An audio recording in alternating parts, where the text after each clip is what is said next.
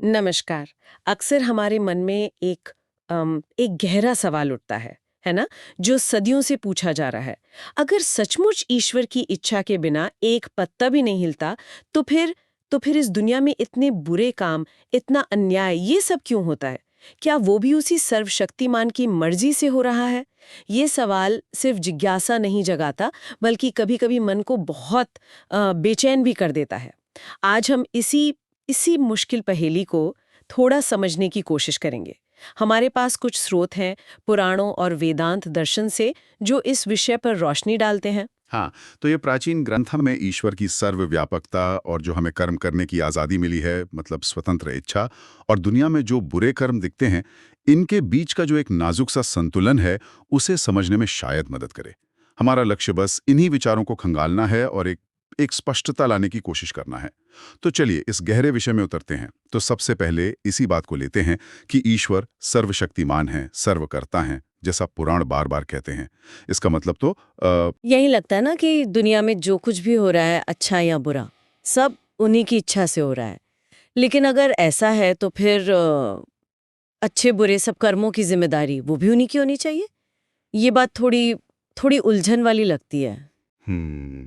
ये उलझन बहुत स्वाभाविक है, क्योंकि ईश्वर की इच्छा या सर्वकर्ता होने का अर्थ मतलब अक्सर हम थोड़ा सतही तौर पर समझ लेते हैं। देखिए, ग्रंथ जब कहते हैं कि सब कुछ उनकी इच्छा से होता है, तो इसका सीधा मतलब ये नहीं कि ईश्वर हर व्यक्ति के हर छोटे बड़े काम का वो संचालन कर रहे हैं, जैसे कोई कठपुतली का खेल चल रहा हो। नहीं, बल्कि इसका गहरा अर्थ ये है कि उन्होंने सृष्टि के मूलभूत नियम बनाए हैं, एक विधान बनाया है, और पूरा ब्रह्मांड उन्हीं नियमों के दायरे में चल रहा है। नियम। जैसे कि हाँ, जैसे। सोचिए, जैसे सरकार देश चलाने के लिए संविधान और कानून बनाती है ना? हाँ, अब नागरिक उन कानूनों के दायरे में अपने काम करते हैं। सही बात है। लेकिन हाँ, अगर कोई कानून तोड़ता है, तो फिर न्याय व्यवस्था है वो सक्रिय हो जाती है। इसी तरह ईश्वर ने सृष्टि के नियम बनाए हैं, जैसे गुरुत्वाकर्षण का नियम है, आग का जलाने का स्वभाव है, और सबसे जरूरी कर्मफल का सिद्धांत। तो सब कुछ इन्हीं नियमों के अनुसार ही हो रहा है। अच्छा, तो आप कह रहे हैं कि ईश्वर सीधे मतलब डायरेक्टली इंटरवीन नहीं करते, बल्कि उन्होंने एक सिस्टम, एक व्यवस्था बना दी है जिसके तहत सब चल रहा है। बिल्कुल। स्रोत में सूर्य का उदाहरण दिया गया है, वो इसे कैसे स्पष्ट करता है थोड़ा? हाँ, सूर्य का उदाहरण यहाँ बहुत बहुत सटीक बैठता है। देखिए, सूर्य अपनी रोशनी, अपनी ऊर्जा बिना किसी भेदभाव के सब पर डालता है। संत पर भी, चोर पर भी, फूल पर भी, कांटे पर भी। सूर्य का काम है प्रकाश और ऊष्मा देना। ये उसका नियम है, उसकी व्यवस्था है। अब उस रोशनी का उपयोग कौन कैसे करता है, ये उस व्यक्ति पर निर्भर है। कोई उस रोशनी में बैठकर ग्रंथ पढ़ सकता है, हाँ, कोई खेत में फसल उगा सकता है, और कोई कोई उसी रोशनी का फायदा उठाकर किसी के घर चोरी की योजना भी बना सकता है। सही। तो क्या इसके लिए सूर्य जिम्मेदार है? नहीं। सूर्य ने तो केवल एक संभावना दी है, एक पोटेंशियल दिया है, क्षमता प्रदान की है।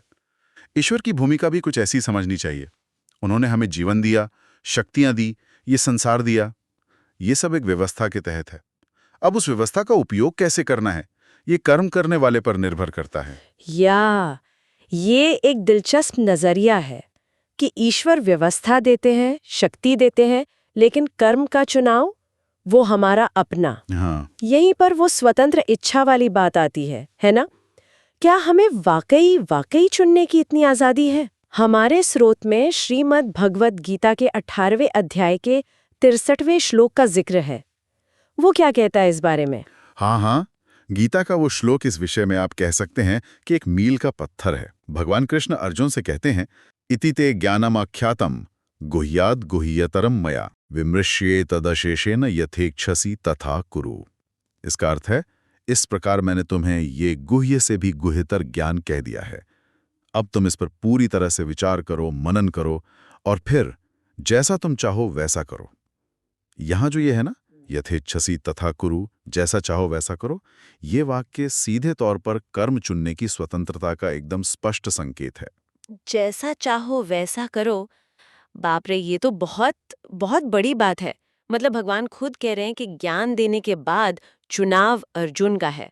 लेकिन कई बार मन में सवाल आता है कि क्या ये स्वतंत्रता मतलब बिल्कुल असीमित है, या इसकी भी कोई सीमाएं हैं, कोई शर्तें हैं? ये बहुत महत्वपूर्ण प्रश्न उठाया आपने। देखिए, स्वतंत्रता तो दी गई है, लेकिन ये निरंकुश या आप कहें कि बेलगाम वैसी नहीं है। ईश्वर ने हमें विवेक बुद्धि भी दी है, सही और गलत का ज्ञान भी दिया है, जैसे कृष्ण ने अर्जुन को दिया। उन्होंने धर्म और अधर्म, मतलब सही रास्ता और गलत रास्ता, दोनों साफ साफ बता दिए हैं। स्वतंत्रता इस चुनाव में है कि हम किस मार्ग पर चलना चाहते हैं, और ये स्वतंत्रता हमें जिम्मेदारी भी देती है। हम अपने चुनाव के जो परिणाम होंगे उनसे बच नहीं सकते। सीमा यह है कि हम जो भी चुनेंगे उसका फल हमें ईश्वरीय विधान यानी कर्मफल के नियम के अनुसार भोगना ही पड़ेगा। तो स्वतंत्रता कर्म करने की है, कर्मफल से बचने की नहीं। समझ गए। तो ईश्वर ने नियम बनाए, हमें चुनने की स्वतंत्रता दी और साथ में सही गलत की समझ भी। अच्छा, अगर ऐसा है तो फिर मूल सवाल पर वापस आते हैं, बुरे कर्म होते ही क्यों हैं? अगर ईश्वर की मर्जी नहीं है और हमें सही गलत पता भी है, तो फिर लोग गलत रास्ता चुनते क्यों हैं? इसका स्रोत क्या है फिर? हाँ, तो इसका उत्तर हमारे स्रोत पुराणों और वेदांत दर्शन में अविद्या और माया की जो अवधारणाएं हैं उनमें देते हैं। अविद्या मतलब अज्ञान, अपने असली स्वरूप का अज्ञान। हाँ। जीव असल में तो दिव्य है, ईश्वर का अंश है, सच्चित आनंद स्वरूप है, लेकिन माया के प्रभाव में आकर, यानी इस भौतिक जगत के भ्रम और आकर्षण में फंसकर वो अपने असली स्वरूप को भूल जाता है। और जब जीव खुद को सिर्फ ये शरीर और मन मानने लगता है, तब उसमें अहंकार आता है, मैं और मेरा का भाव। फिर लोभ यानी और पाने की इच्छा, क्रोध जब इच्छा पूरी ना हो, मोह, सांसारिक चीजों से लगाव, ये सारे विकार पैदा होते हैं। देवी भागवत पुराण का जो उल्लेख है स्रोत में, वो यही कहता है कि इसी अविद्या और इन विकारों के वश में आकर जीव अपनी स्वतंत्र इच्छा का दुरुपयोग करता है और अधर्म या बुरे कर्मों के रास्ते पर चल पड़ता है। वो क्षणिक सुख या स्वार्थ के लिए दूर के परिणामों को अनदेखा कर देता है। तो आप कह रहे हैं कि बुरे कर्मों का स्रोत ईश्वर नहीं, बल्कि जीव का अपना अज्ञान और उससे पैदा होने वाले विकार हैं। ये सिर्फ अज्ञान है या इसमें हमारी अपनी कमजोरियां, हमारी अपनी प्रवृत्तियां भी शामिल हैं? नहीं, ये दोनों बातें जुड़ी हुई हैं। अज्ञान ही इन कमजोरियों को या कहें नकारात्मक प्रवृत्तियों को जन्म देता है या उन्हें पालता पोसता है। जब हमें अपने असली, शांत, आनंदमय स्वरूप का पता नहीं होता, तो हम क्या करते हैं? हम बाहरी चीजों में सुख खोजने लगते हैं, और वहीं से फिर लोभ, मोह, ईर्ष्या, ये सब कमजोरियां पैदा होती हैं। स्वतंत्र इच्छा हमें विकल्प देती है कि हम इन कमजोरियों के आगे झुक जाएं या उन पर जीत हासिल करें। जब हम अज्ञान के कारण इन कमजोरियों के गुलाम बन जाते हैं, तब बुरे कर्म होते हैं। ईश्वर ने हमें शक्ति दी है। स्रोत में बिजली का उदाहरण था, उसकी तरह बिजली घर में है, ये ईश्वर की देन। अब उस बिजली से आप रोशनी करें, पंखा चलाएं या किसी को करंट लगाकर नुकसान पहुंचाएं, ये चुनाव और उसकी जिम्मेदारी आपकी है। क्षमता ईश्वर ने दी है, उसका उपयोग हमारी इच्छा और विवेक पर निर्भर है। ये तर्क समझ में आता है कि चुनाव हमारा है और बुरे कर्म हमारे अज्ञान और विकारों का नतीजा है। लेकिन फिर भी एक सवाल मन में खटकता रहता है।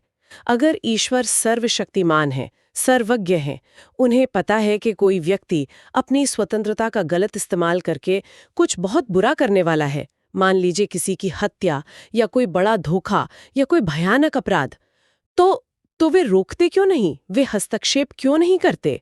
ये उदासीनता थोड़ी कठोर सी लगती है, खासकर जब हम पीड़ित के नजरिए से सोचते हैं। हाँ, ये वास्तव में एक बहुत ही मानवीय और संवेदनशील सवाल है। इसे समझने के लिए हमें ईश्वर की भूमिका को थोड़ा और गहराई से देखना होगा। पुराण कहते हैं कि ईश्वर ने कर्म करने की स्वतंत्रता दी है और वे सामान्यतः उसमें सीधे हस्तक्षेप नहीं करते। क्यों? क्योंकि हस्तक्षेप करने का मतलब होगा उस स्वतंत्रता को वापस लेना। अगर हर गलत काम करने से पहले ईश्वर रोक दें, तो फिर स्वतंत्र इच्छा का मतलब ही क्या रह जाएगा? फिर तो हम सब बस रोबोट की तरह हो जाएंगे, जो केवल वही करेंगे जो प्रोग्राम किया गया है। लेकिन इसका मतलब ये नहीं कि ईश्वर पूरी तरह उदासीन है या उन्हें कोई परवाह नहीं। स्रोत बताते हैं कि वे हमारे भीतर अंतर्यामी रूप में स्थित हैं। हमारी अंतरात्मा, हमारी विवेक बुद्धि, वे हमें लगातार सही गलत का संकेत देते रहते हैं। अक्सर कोई बुरा काम करने से पहले हमारे अंदर एक आवाज आती है ना, एक हिचकिचाहट होती है, नहीं ये ठीक नहीं है। ये ईश्वर का मार्गदर्शन ही है। जब हम उस आवाज को अनसुना कर देते हैं तब हम गलत रास्ते पर आगे बढ़ते हैं। तो ईश्वर का हस्तक्षेप सीधा ना होकर परोक्ष रूप से होता है, अंतरात्मा की आवाज के जरिए। लेकिन अगर कोई उस आवाज को लगातार अनसुना करे और कोई बहुत बड़ा अनर्थ कर दे, तब क्या? क्या तब भी ईश्वरीय न्याय सिर्फ कर्मफल के रूप में ही आता है? मुख्यतः हाँ, ईश्वर की जो प्रमुख भूमिका है वो मार्गदर्शक और न्यायाधीश की है। मार्गदर्शन वे अंतर्यामी रूप से करते हैं और जब कर्म हो जाता है तो वे न्यायाधीश के रूप में ये सुनिश्चित करते हैं कि उस कर्म का उचित फल मिले। गरुड़ पुराण का जो उल्लेख है स्रोत में, वो इसी बात पर जोर देता है। जो जैसा कर्म करता है उसे वैसा ही फल भोगना पड़ता है, चाहे वो देवता हो या मनुष्य। कर्म फल का सिद्धांत वो सृष्टि में नैतिक व्यवस्था और संतुलन बनाए रखने के लिए जरूरी है। अगर ईश्वर बार बार हस्तक्षेप करके कर्मों को रोकेंगे तो यह सिद्धांत कमजोर पड़ जाएगा। जीव अपने कर्मों की जिम्मेदारी लेना सीखेंगे ही नहीं। हाँ, कुछ विशेष परिस्थितियों में ईश्वर अवतार लेकर या किसी और रूप में हस्तक्षेप करते हैं, जब अधर्म बहुत ज्यादा बढ़ जाता है और धर्म की फिर से स्थापना जरूरी होती है। लेकिन वो सामान्य नियम नहीं है, वो अपवाद है। उनका मुख्य काम न्याय सुनिश्चित करना है ताकि हर क्रिया की सही प्रतिक्रिया हो। ठीक है, तो ईश्वर स्वतंत्रता देते हैं, अंतरात्मा से मार्गदर्शन करते हैं और अंत में कर्मों का न्याय करते हैं। इस पूरी समझ के बाद अब उस प्रसिद्ध कहावत पर लौटते हैं, ईश्वर की मर्जी के बिना पत्ता भी नहीं हिलता। अगर मनुष्य कर्म करने में स्वतंत्र है तो फिर ये कहावत कैसे सच हो सकती है? क्या ये थोड़ा विरोधाभासी नहीं लगता? हाँ, देखने में ये विरोधाभास लग सकता है, बिल्कुल। लेकिन अगर हम गहराई से समझें तो ये विरोधाभास नहीं है, बल्कि एक बहुत गहरी सच्चाई को दिखाता है। इस कहावत का असल मतलब ये नहीं है कि हर पत्ते को हिलने का आदेश सीधे ईश्वर दे रहे हैं, नहीं, बल्कि इसका अर्थ है कि सृष्टि में कुछ भी ईश्वर द्वारा स्थापित नियमों या विधान के बाहर नहीं हो सकता। पत्ता क्यों हिलता है? हवा चलने से। हवा क्यों चलती है? वायु दाब में अंतर के कारण। ये सब क्या है? भौतिक नियम है जो ईश्वर की बनाई हुई व्यवस्था का ही हिस्सा है। तो पत्ता भी उसी ईश्वरीय व्यवस्था के तहत ही हिलता है, किसी मनमाने तरीके से नहीं। अच्छा। इसी तरह मनुष्य की स्वतंत्र इच्छा और उसके कर्म भी ईश्वरीय विधान के अंतर्गत ही आते हैं। मनुष्य अपनी इच्छा से कर्म चुन सकता है, हाँ, लेकिन उस कर्म का क्या परिणाम होगा, वो परिणाम कब और कैसे मिलेगा, ये पूरी तरह से कर्मफल के सार्वभौमिक नियम पर आधारित है और वो नियम ईश्वर की न्याय व्यवस्था का अभिन्न अंग है। तो मनुष्य कर्म करने में स्वतंत्र है, पर कर्म के फल से वो बच नहीं सकता, क्योंकि फल ईश्वरीय नियम के अनुसार ही मिलेगा।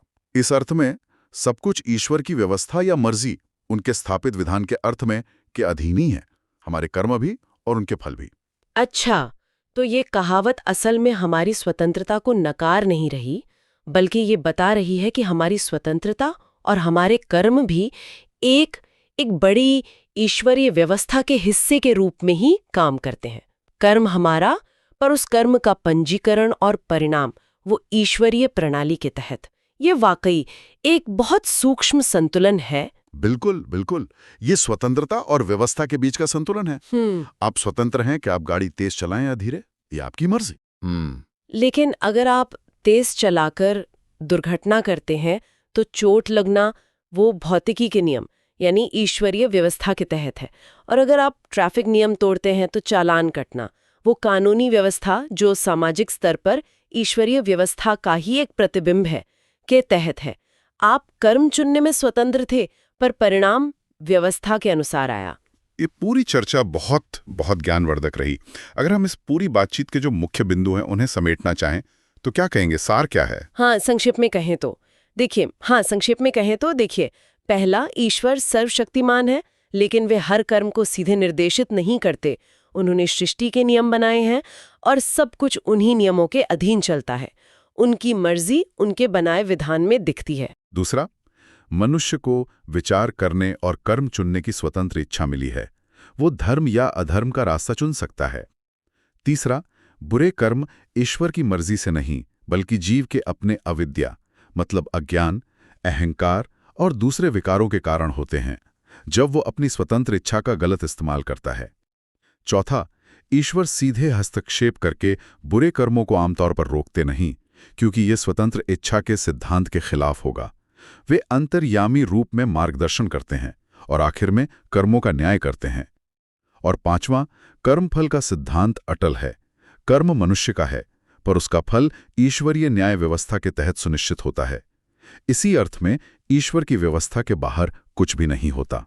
और स्रोत का निष्कर्ष भी शायद यही कहता है कि भगवान की मर्जी से संसार चलता है, लेकिन कर्म की डोर मनुष्य के हाथ में है। हाँ, ये पंक्ति अब ज्यादा सार्थक लग रही है। मर्जी यानी उनका विधान, और डोर यानी कर्म चुनने की हमारी स्वतंत्रता और जिम्मेदारी। एकदम सही कहा। और इसी विधान के तहत जो धर्म का पालन करता है, अपनी स्वतंत्र इच्छा का सही उपयोग करता है, ईश्वर उसकी सहायता करते हैं, उसकी रक्षा करते हैं। और जो अधर्म का मार्ग चुनता है, उसे अपने कर्मों का फल भोगना पड़ता है, ताकि सृष्टि में न्याय और संतुलन बना रहे। यही वेदों, गीता और पुराणों के कर्म सिद्धांत का सार है।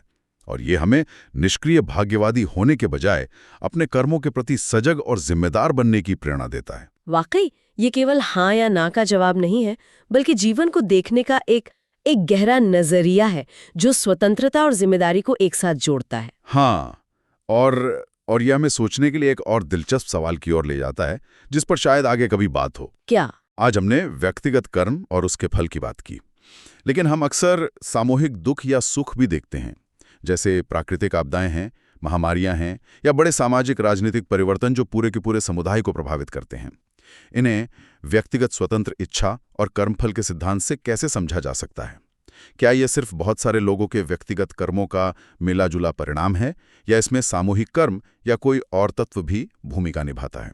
ये एक ऐसा प्रश्न है जिस पर आगे और विचार किया जा सकता है। निश्चित रूप से ये एक और परत है जिसे खोलने की जरूरत है, पर आज के लिए कर्म, स्वतंत्र इच्छा और ईश्वर की भूमिका पर ये गहन विचार विमर्श हमारे सुनने वालों को जरूर सोचने पर मजबूर करेगा। इन्हीं विचारों के साथ आज की इस चर्चा को यहीं समाप्त करते हैं।